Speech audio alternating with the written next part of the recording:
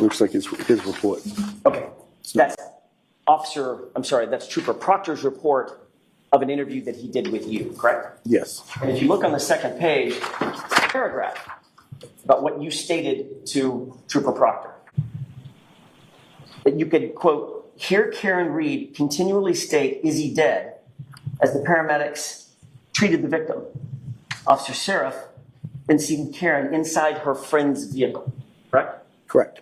So the only statement you attributed to my client the day after this incident was those three words, "Is he dead?" that she continually repeated. Is that right? Yes. Thank you.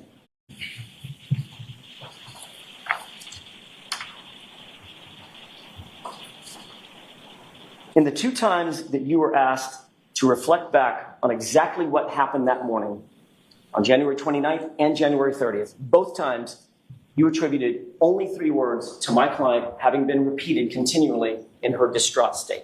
"Is he dead?" Right? Yes. And she wasn't saying that calmly, I'm assuming. No. Matter of fact, you used the word she was severely distraught. Is that right? That's correct. What was the question that she asked? Is he dead? Over and over and over, correct? Correct. Then you were asked to testify in April of 2022, April 14th of 2022, at a state-run grand jury by the Commonwealth. Yes. Matter of fact, Mr. Lally was the fine prosecutor who was asking you the questions, correct? Yes.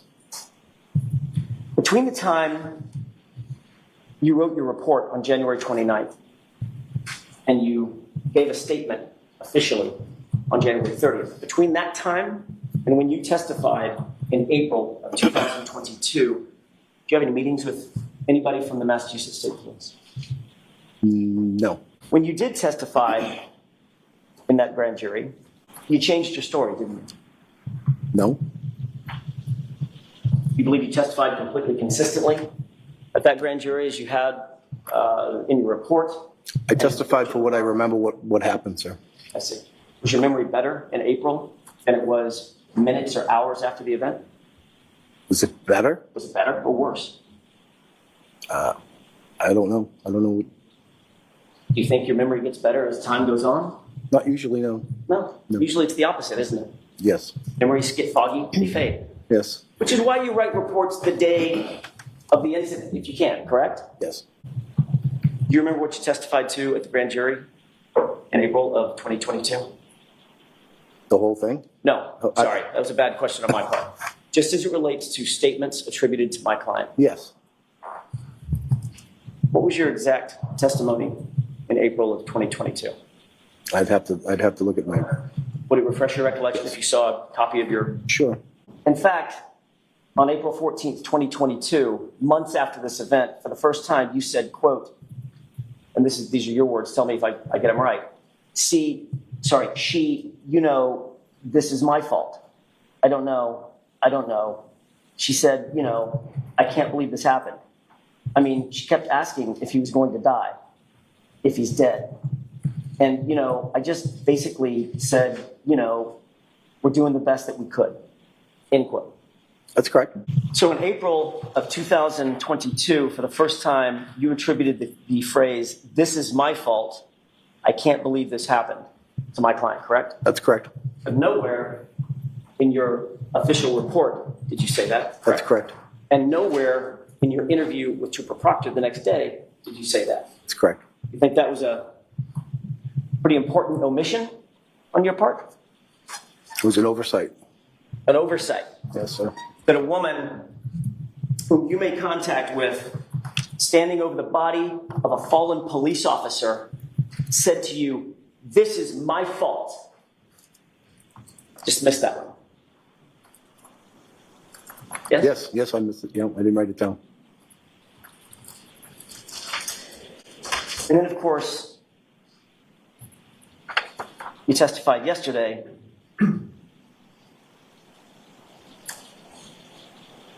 and your statement changed again, right? I don't. Remember what you said yesterday, these jurors? I don't remember word for word. Well, I wrote it down. Let's see if this helps. Yep. Yesterday you said, that my client said, quote, it's all my fault. I did this, end quote. Yes. Remember that? Is that yes? Yes, sir. But you didn't say that at the grand jury, No. and you didn't say that to Trooper Proctor, No, sir. and you didn't put it in your report. That's correct.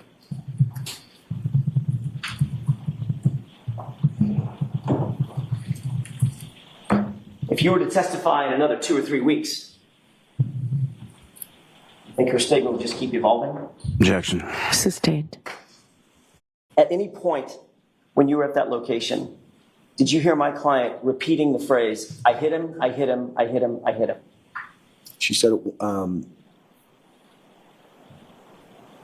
I hit him? No, I didn't hear that part.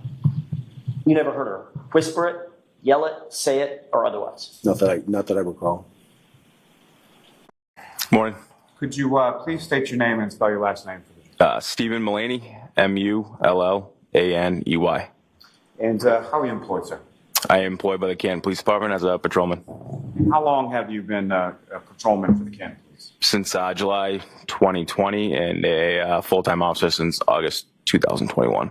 As a defendant, Ms. Reed, what if anything do you recall her sort of doing as you're on scene and as you're going about what you're trying to do? She was screaming, is that my boyfriend? Is he dead? And when you say screaming in a fairly loud voice, correct? Very, very loud, yes. And as far as that sort of phraseology, as far as is he dead, how many times was that something she said? Once, more than once, or something else? Repeated many times. Your last name for the jury. Timothy Nuttall. Last name is Nuttall, Nuttall. And what do you do for work, sir? I'm a firefighter paramedic with the town of Canton.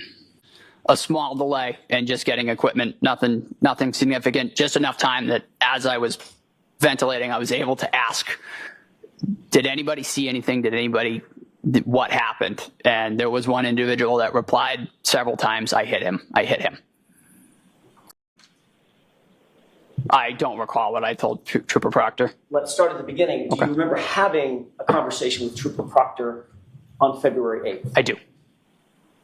That was obviously much closer in time than your grand jury testimony, correct? Correct. And years closer in time than your testimony now. Correct. Do you recall telling Trooper Proctor specifically that while you were rendering aid, you heard Karen say, I hit him, to another female on the scene, and the other female told Karen to be quiet? I do recall that. Okay. That's not what you testified to today, though. Okay. Matter of fact, that story has changed to you posed a question and she answered your question. Correct? Correct. So which is it? So, When you went to the hospital with the patient, did you ever inform any of the doctors or nurses or medical professionals at the hospital that you had heard a female claim to have hit John O'Keefe and that's the reason for his injuries? I did not give the report to the hospital. Obviously, you know that the cause and manner of a victim's injuries are incredibly important as it pertains to assessing how to treat that patient. Correct. Once you got back to the station and to take a breath, did you write any report? I did not. No, I did not write the patient care report. So you didn't write a report, just to finish my question, you didn't write a report that said, by the way, while I was out at the scene, I heard a female say, I hit him, and that's the cause and manner of the injuries. Not to my knowledge. Well, you would know if you wrote a report that said that, Correct. and you did not. I did not write the patient care report. Okay.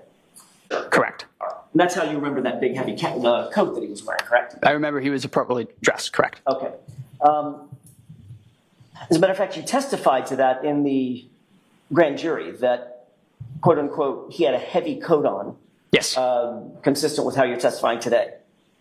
Is that right? Correct. All right. That appeared to be a thin cotton hoodie.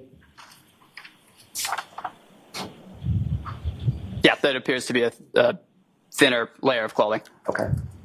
Not a heavy coat. Is that fair? Fair. Not a winter jacket. Fair.